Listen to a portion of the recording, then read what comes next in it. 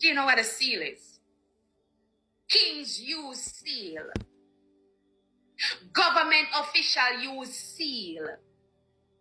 And so kings back then, when they would have write decrees or they would have communicate, they would have sent men from kings to communicate, and they would have given them letter, and sometimes they would have sealed it. It's signifying, and in the seal you have, the king would have signed it. It would have told you what office it is coming from. So you have the name, you have his signature, and you have his title. A seal. And God said, I gotta seal my servants.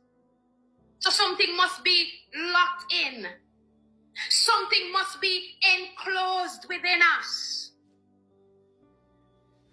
He's sealing us as his true people so that when the time of end comes and great calamities and distress come, like in the days of the Egyptians, when Pharaoh did not want to let Israel go, and God had to send a disaster down there, and he told them that they must put the blood upon their doorposts, so that when the destroying angel would have come by with the wrath of God, he would have seen those who are enclosed with the name of God, the signature of God upon them, and they would have passed over them. And I'm here to tell somebody that in the end time, those who are not sealed, those who are not sealed in their forehead, those who are not prepared, those who are not ready, my brothers and sisters, will not be able to survive the end time.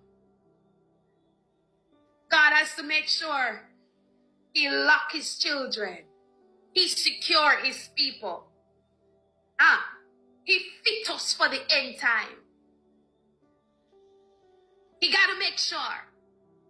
Seal us. Nothing can go in. Nothing can come out. When you seal the envelope, nobody, if anybody open the envelope and contaminate with it, you will know. You will know.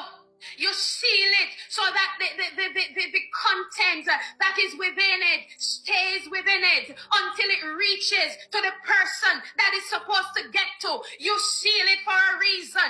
And God's angel having the seal of the living God, and the sign of God is his Sabbath. He says, I gave them my Sabbath as a sign that they may know that I am their God, that sanctify them. But then you have 25 Christians that are desecrating the Sabbath. You have 25 Christians that are violating the precepts of God. You have 25 Christians that are going about talking how holy and righteous they are. And God was ready to wipe out the Israelites because they break his Sabbath and his commandment. And then you have bare-faced Christians want to go to church and run up and down. And we don't realize that God will destroy people for this.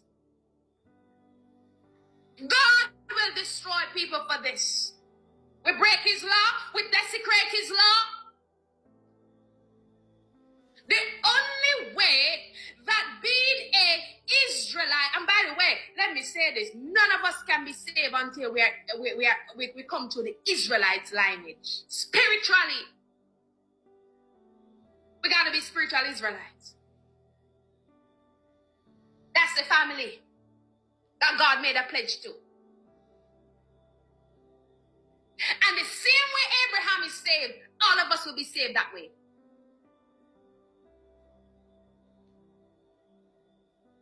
All of us. This is the people God called.